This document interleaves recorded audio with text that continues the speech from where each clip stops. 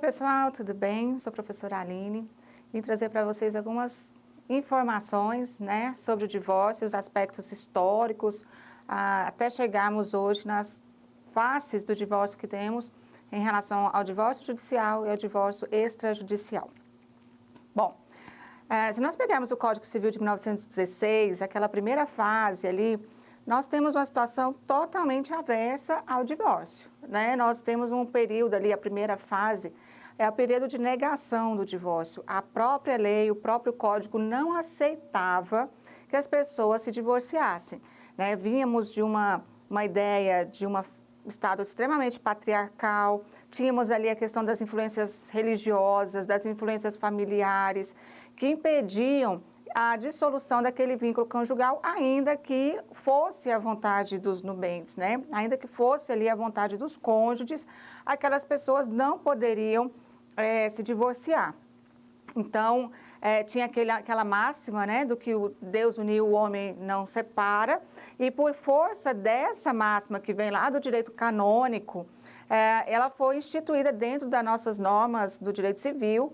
E o Código Civil de 1916 até 1977, quando surge a lei do divórcio, ele tem uma fase aí de negação. Ou seja, nós temos uma fase de que, ainda que você viva infeliz, ainda que você deseje o divórcio, ele não é possível, Para o direito canônico, ainda há a máxima do casamento. O direito canônico permanece não reconhecendo a possibilidade do divórcio diante dessa influência religiosa e diante dessa máxima que o que Deus uniu, o homem não separa. Então, nós não podemos, se houve ali o sacramento do matrimônio, esse sacramento não pode ser dissolvido em hipótese alguma, salvo pela morte, mas não jamais pelo divórcio. Então, nós temos essa primeira fase, que é com a publicação do Código Civil de 1916, e essa primeira fase totalmente negativa em relação ao divórcio. E aquelas pessoas que, porventura, entrassem, saíssem dentro daquele vínculo matrimonial, elas passavam a viver às margens da sociedade, elas eram pessoas que não eram aceitas mais na sociedade, eram pessoas mal vistas, malquistas, a famosa persona não grata, principalmente as mulheres. Então, as mulheres que até então decidiam romper os seus casamentos, ainda que não tivesse qualquer direito, se elas saíssem de casa, elas perdiam todos os seus direitos, sequer havia possibilidade de concessão de alimentos, de partilha de bens. Essas situações, elas são totalmente diversas. Não existia na época do divórcio. Aliás, na época de 1916, antes da lei do divórcio. E aí nós temos, em 1917, a lei 6.515, que trata sobre o divórcio, 6.515 de 77. Então, em 1977, nós estamos falando de uma situação relativamente nova, se nós pegarmos a questão jurídica. Então, nós temos uma questão relativamente nova, que é de 77 para cá, que a lei vem e reconhece a possibilidade dos cônjuges se divorciarem, romperem o vínculo matrimonial através das ações de divórcio. Mas essa lei também, ela dá com a mão e tira com a outra. Porque ela, apesar de falar que existe a possibilidade dos cônjuges se divorciarem, ela vem e fala o seguinte: olha, você quer se divorciar? Tudo bem, mas primeiro você vai ter que passar por 2 anos de separação judicial ou 5 anos de separação de fato. O que é isso? O professor Conrado Paulino, ele fala que a separação judicial, ela era o cantinho do pensamento para os cônjuges. Olha, então fica ali no cantinho do pensamento e reflita se você quer realmente continuar com essa ideia do divórcio. Por quê? Uma vez feita a separação judicial, ela põe fim à conjunção entre os cônjuges, Ela põe fim ali à sociedade afetiva. Então, extingue-se os direitos, extingue-se os deveres entre os cônjuges, fixam-se ali as questões relativas a alimentos, partilha de bens, deveres em relação aos filhos e etc. Mas as pessoas só podem se casar novamente após o divórcio, porque somente o divórcio rompe o vínculo matrimonial. Então, elas precisavam ingressar com a separação judicial, esperavam 2 anos da sentença, né? Transitava em julgado da sentença, esperavam-se 2 anos e convertia aquela separação judicial em divórcio. Então, nós tínhamos 2 ações, a primeira de separação judicial e a segunda do divórcio dentro desse lapso temporal de 2 anos. Ou tinham que esperar 5 anos da separação de fato. Agora, imagina, você sai de casa, você rompe aquela situação familiar e fica 5 anos sem qualquer direito, sem qualquer situação, sem possibilidade de tocar a vida, esperando a possibilidade de que houvesse ali o divórcio direto. Então, essa é a segunda fase que vem com a lei, que traz a possibilidade do divórcio, mas cria uma série de embaraços. Por quê? Porque o legislador não queria divórcio, né? A sociedade, na época, não queria, mas como era um anseio de muitas pessoas, né, uma evolução social, né, vindo já de outros países, essa ideia do divórcio em relação aos pares, etc. Então, o direito brasileiro vem, concede a possibilidade do divórcio, mas cria uma série de requisitos para que essas partes meio que criassem ali um obstáculo a fim de não tentarem esse divórcio. As partes que queriam, né, que enfrentavam toda essa situação, ou iam para a separação judicial, 2 anos para conversão em divórcio, pagamento de custas na separação judicial, custas e honorários advocatícios, custas e honorários advocatícios também no divórcio. Então, elas tinham 2 ações distintas. Ou esperavam 5 anos para o divórcio direto. E aí, essa situação perdura até 1988. Então, vem a Constituição Federal de 88, e ela vem, e no artigo 226, reconhece o divórcio como uma forma de extinção do vínculo matrimonial e traz uma alteração. Ela altera os prazos em relação à lei do divórcio. Então, ou nós temos a separação judicial que cai de 2 para 1 ano, ou a separação de fato que cai de 5 para 2 anos. Tá? Então, essa situação trazida pela Constituição de 88, ela diminui os prazos para as ações relacionadas ao divórcio. Tá? Posteriormente, né, em 2010, vem a PEC 66 de 2010, Proposta de Emenda Constitucional 66, que é chamada de PEC do Amor. Olha o nome, PEC do Amor para tratar de divórcio. Né? Mas, tudo bem, é o que os legisladores, né, nominaram, então nós aceitamos. Então, a PEC 66, né, a PEC do Amor, ela vem com a proposta de extinção da necessidade de uma dissolução judicial, né, de separação judicial prévia ao divórcio. Por quê? Percebeu-se nesses longos anos que as partes que chegam àquele momento ali de separação judicial, dificilmente elas voltam para seus lares. Né? A partir do momento que eu já tenho uma separação judicial, eu não tenho mais interesse em reconciliar com aquela parte. E se eu tiver o interesse, nada me impede. Né? Então, vamos supor, eu faço o divórcio, daqui 5 anos eu e meu ex-marido nos reencontramos. Podemos reconciliar? Podemos. Né? Dentro de uma nova perspectiva, dentro de um outro casamento ou através de uma união estável. Aquela situação ali fica resolvida e caso as partes queiram voltar a viver em comum junto e etc., nada as impede, desde que através de uma outra situação. Tá? Então, em razão disso, e verificou-se também um acúmulo imenso no Poder Judiciário, porque nós temos ações judiciais, né, ação de separação judicial, depois nós temos a conversão dessa separação em divórcio. Então, isso sobrecarregou demasiadamente as varas de família. Então, houve até uma manifestação dos próprios juízes para que houvesse aí uma extinção dessa separação judicial, haja vista a sobrecarga de trabalho no Poder Judiciário e a perspectiva na estatística mesmo, de que essa separação judicial, ela não fazia com que os cônjuges se reconciliassem. Tá? Não era aquela situação ali que faria com que os cônjuges, após esse lapso temporal, desistissem do divórcio e buscassem a reconciliação. Porque enquanto estavam na fase de separação judicial, ainda que houvesse já a sentença, né, se eles decidissem, eles poderiam anular aquela separação judicial, né, havia uma reconciliação, e todo aquele processo de separação judicial, como ele não impedia, né, ele não dissolvia o vínculo matrimonial, as partes poderiam reconciliar dentro daquele mesmo casamento.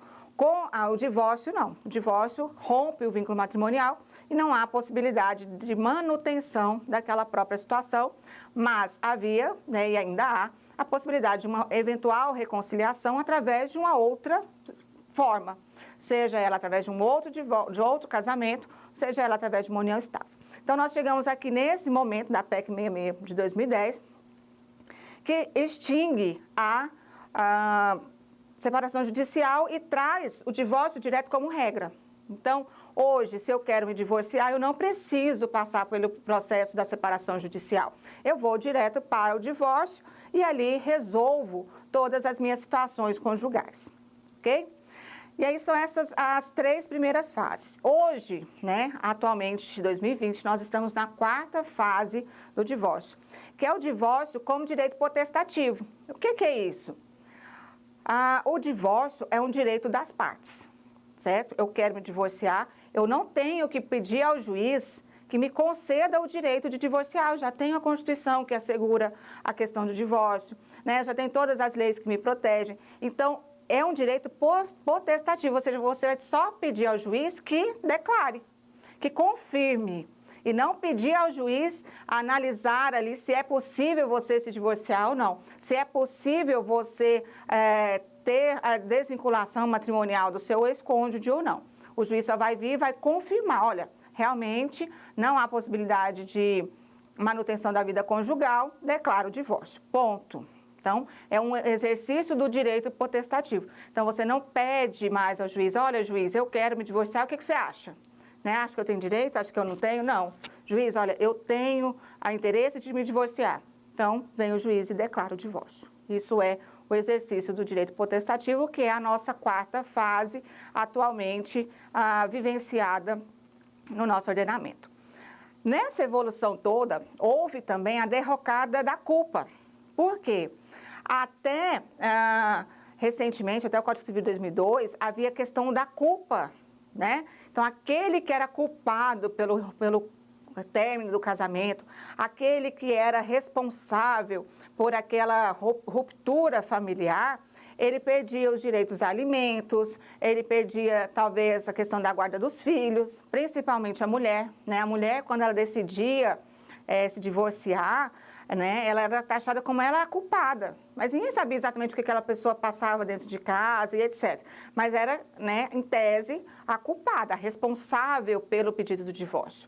Então, as pessoas tinham essa ideia da culpa, o Código Civil de 1916 trazia a figura do culpado e penalidades àquele culpado. O Código Civil de 2002 derrota isso aí, acaba com essa ideia da culpa no divórcio. Hoje não existe mais culpa.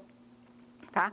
Lógico que para um casal chegar a um momento de divórcio, ambos tiveram as suas parcelas de responsabilidade, né? E às vezes acontece por uma situação pontual causada por um deles, tá? E aí, mas essa situação não gera uma penalidade àquele cônjuge. Então, ele não vai perder alimentos, não vai perder outros direitos inerentes aos divórcios, porque foi ele o responsável, em tese, pela extinção daquele vínculo matrimonial, tá bom? Então, nós chegamos nesse 4º período e finalizamos aqui com a revisão a conceito histórico. Então, o divórcio, ele traz também os seus efeitos. Qual que é o efeito principal do divórcio? A extinção do vínculo matrimonial. O que é o vínculo matrimonial, gente? Traçando em miúdos, é a possibilidade da pessoa se casar novamente. Tá? Então, eu só posso contrair outro matrimônio se eu estiver divorciada. Porque se eu não estiver divorciada, se eu não tiver uma averbação na minha certidão de casamento anterior, a averbação do divórcio, se eu quiser me casar novamente, eu não vou poder, tá? E como é que eles fazem essa verificação? Quando você vai casar, quem casou já sabe por isso, já passou por isso, você tem que entregar a sua certidão de nascimento. Então, você vai lá, entrega a sua certidão de nascimento e eles retêm a sua certidão de nascimento e, a partir dali, você passa a usar a certidão de casamento. Então, quando você se divorcia, você vai e faz uma averbação lá na sua escritura do divórcio, né, de que houve ali, aliás, na escritura do casamento, que houve ali um divórcio, então você está habilitado a contrair novas núpcias. Então, a função né, o efeito principal do divórcio é a dissolução do vínculo matrimonial. E quais os outros efeitos? Pagamento de pensão alimentícia, né? Então, nós temos dois tipos de pensão alimentícia decorrentes do divórcio. Nós temos a pensão alimentícia entre cônjuges, tá? Até 2002, somente a mulher poderia pleitear alimentos, então só a mulher pleiteava a prestação alimentícia do marido, mas a partir de 2002 isso mudou e nós temos aí a possibilidade dos homens, né, dos cônjuges do varão, pleitearem as suas pensões alimentícias, caso eles não tenham condições de proverem o seu sustento sem o auxílio do cônjuge. Tá? Então, hoje nós temos a pensão alimentícia entre ambos e temos a pensão alimentícia em relação aos filhos. Tá? Então, nós temos duas situações de alimentos, entre os cônjuges e alimentos em relação aos ascendentes, em relação aos filhos. Outro efeito do divórcio, partilha de bens. Né? E dentro da figura patrimonial dos casamentos, nós temos o regime da comunhão parcial de bens, em que os bens contraídos na vigência do casamento se comunicam, mas os bens anteriores não se comunicam, ou seja, é de cada um. Nós temos a comunhão universal de bens, tudo que é anterior ou posterior ao casamento forma um monte patrimonial e ele vai ser partilhado meio a meio para cada um. Nós temos a separação total de bens, que vem com a ideia aversa à comunhão universal, ou seja, o que nada se comunica, nem anterior, nem posterior ao casamento, nenhum bem se comunica, o que era do varão permanece, o que era do virago permanece. Então, nós temos essas três situações e temos o quarto regime de bens trazido pelo Código Civil de 2002, que é o regime da comunhão parcial, comunhão final em aquestos, que na vigência do casamento é como se fosse uma separação total de bens, ou seja, você não precisa pedir autorização para o seu cônjuge para alienar, mas no momento de um divórcio deve haver assim, um levantamento do que foi alienado, que foi adquirido por cada um dos consortes para que possa ser partilhado meio a meio e verificadas eventuais indenizações. Então, se o meu marido vende um bem, né, na vigência do nosso casamento, e nós divorciamos, no momento do divórcio, o valor daquele bem tem que vir à colação, porque eu tenho direito à metade. Então, esse regime é um regime muito pouco usado no nosso ordenamento jurídico, muito pouco conhecido, em razão dessas dificuldades que às vezes ele cria e as partes às vezes não se sentem à vontade para assumirem essa ideia do divórcio, da comunhão final em aquestos e principalmente do divórcio vinculado a ele. Tá? Então, bom, uma outra situação que deve ser verificada em relação à questão patrimonial é que o regime da comunhão parcial, a comunhão final em aquestos, separação total de bens e comunhão universal de bens, eles devem ser, antes do casamento, alvo de um pacto pré-nupcial. Então, para a escolha, né, de um desses regimes, as partes devem ter feito um pacto pré-nupcial, onde eles estabelecem esses regimes, um desses regimes, como vigente sobre o seu casamento. Como outro efeito do divórcio, nós temos a questão do nome, né? Então, quando se casa, hoje as pessoas têm a possibilidade de trazerem o nome da família do cônjuge para o seu próprio nome. Mas, anteriormente, isso era obrigatório. Depois de 2002, isso passou a ser uma faculdade. E 2002 também trouxe uma nova norma, que é a possibilidade do marido acolher o nome da mulher. Antigamente, somente a mulher, né, passava a assinar o nome do marido. Com o Código Civil de 2002, as mulheres também podem ser alvo, né, de outorga desse nome familiar aos seus cônjuges. Então, os maridos também podem aderir o nome familiar da esposa após o casamento. E o divórcio, ele traz a possibilidade entre os cônjuges de voltarem ao nome de solteiro, né, ou permanecerem com o nome de casado, caso haja entre eles uma pactuação nesse sentido, ou quando há situações em que as partes dependam daquele nome, daquele sobrenome do cônjuge para a sua própria identificação.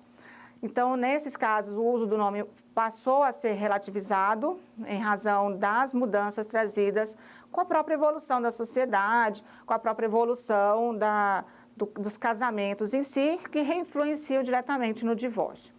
Outra situação em relação aos efeitos do divórcio, guarda de filhos, né? Então, se nós temos filhos menores, as partes, né, devem estabelecer a forma de guarda dos seus filhos e demais situações relacionadas a visitas e etc. Tá? Finalizando essa parte, entramos para a questão do divórcio judicial. Então, o divórcio judicial é a nossa regra, é a forma mais comum, né, de divórcio que nós temos. Então, nós temos a possibilidade dos divórcios judiciais, atualmente sem a necessidade da separação judicial, ou se já houve uma separação judicial lá atrás, as partes podem converter essa separação judicial em divórcio. Tá? Então, essas são as possibilidades relacionadas ao divórcio judicial. O divórcio judicial, em regra, ele vem com a proposta de litígio. Então, se eu tenho litígio, ele obrigatoriamente tem que ser judicial, porque a solução de litígios só é possível pelo Estado através dos magistrados. Se houver filhos menores incapazes, se uma das partes for incapaz, então todas essas três situações, elas obrigatoriamente me levam a uma situação de divórcio judicial, ainda que ele seja consensual, tá? Então, lógico, se eu tenho litígio, eu não tenho consensual, mas se eu tenho um divórcio consensual, mas eu tenho uma das partes incapaz, ou se eu tenho filhos menores incapazes. Por quê? Porque o Ministério Público deve atuar nesses casos na defesa do interesse desses menores incapazes. Então, o Ministério Público só atua em juízo. Então, o Ministério Público não vai lá no extrajudicial para poder manifestar. Então, ele vai manifestar em juízo e, por isso, obrigatoriamente, eu tenho a necessidade de um divórcio judicial. E, finalizando, né, a minha explanação, entramos na parte do divórcio extrajudicial. Qual que é esse divórcio extrajudicial? É a forma trazida pela lei a partir de 2015, que trata da possibilidade de, se não houver litígio, se não houver menores incapazes, a que esse divórcio seja relacionado a um cartório. Então, eu vou a um cartório, né, a um tabelionato extrajudicial, e ali eu vou formalizar o meu divórcio, tá? Deve ser um cartório de notas, não pode ser um cartório de protesto, um cartório de registro de pessoas naturais, deve ser um cartório de notas, porque esse divórcio ele é feito por uma escritura pública. Deve-se obrigatoriamente ter a presença de um advogado, então um advogado vai fazer a petição, vai relacionar os termos do divórcio, vai levar até o cartório e ali no cartório eles vão, o oficial do cartório, o tabelião, vai pegar aqueles termos daquela petição inicial, vai transferir para uma escritura pública e vai emiti-la. E aí com isso decreta-se o divórcio daquelas partes, tá? Então essa é a situação do divórcio extrajudicial. Aqui em Goiás, nós temos o provimento 42 de 2019, da Corregedoria Geral do Tribunal de Justiça, que prevê a possibilidade, ainda de toda essa situação, eu ter uma situação em que eu faço a partilha de bens lá no extrajudicial e resolvo as questões relacionadas a alimento, guarda de filhos e etc., na esfera judicial. Tá? Então, isso é um provimento, houve uma movimentação dos presidentes do IBDFAM e o Tribunal de Justiça de Goiás acolheu esse movimento e instituiu o provimento 42 de 2019. Em cada estado tem a sua regra, então tem estados aí que não terá essa possibilidade, mas verifiquem dentro dos seus estados se há algum provimento nesse sentido, porque a maioria dos tribunais estão acolhendo esses pedidos formulados pelo IBDFAM, que é o Instituto Brasileiro de Direito de Família, tá? E finalizando mesmo, agora para finalizar, temos a possibilidade do divórcio liminar. O que é o divórcio liminar? É uma situação dentro do divórcio judicial, né, em que eu não preciso esperar todo o trâmite do divórcio, ali discutindo alimentos, partilha de guarda de filhos e etc., para que haja a decretação do divórcio. Então, fundada nas normas processualistas tutela de evidência, da tutela de urgência, etc., eu posso, dentro do processo judicial, pedir ao juiz uma liminar decretando o divórcio. E essa ideia do divórcio liminar, ela basicamente naquela ideia do direito potestativo, que é a nossa quarta fase. Lembra que nós falamos lá no começo? Então, essa quarta fase do exercício do direito potestativo, ela vem através desse direito da possibilidade, na verdade, de pedidos, né, e concessões de divórcios liminares. Então, eu entro com a ação, na minha petição inicial eu peço ao juiz liminarmente a concessão do divórcio, né? E aí eu vou ter que demonstrar ali a questão da urgência, etc. Vamos supor, você tem negócios para fazer, você tem a sua vida, você está na iminência de se casar novamente, enfim, uma série de situações. Demonstra-se ao juiz essa necessidade e o juiz concede uma liminar. E nessa liminar ele já decreta o divórcio. Então, a partir dali, as partes ficam divorciadas e vão deixar o processo seguir apenas em relação às questões relacionadas aos alimentos, à guarda de filhos, partilha de bens e etc. Tá bom? Pessoal, então foram essas as explanações breves, mas eu espero que tenha contribuído com vocês aí para os seus estudos. Um abraço, tchau, tchau. E não deixem de verificar aqui os cursos do IDEJUR, que são excelentes e são todos preparados com muito carinho para a aplicação do direito na prática. Tá bom? Tchau, gente!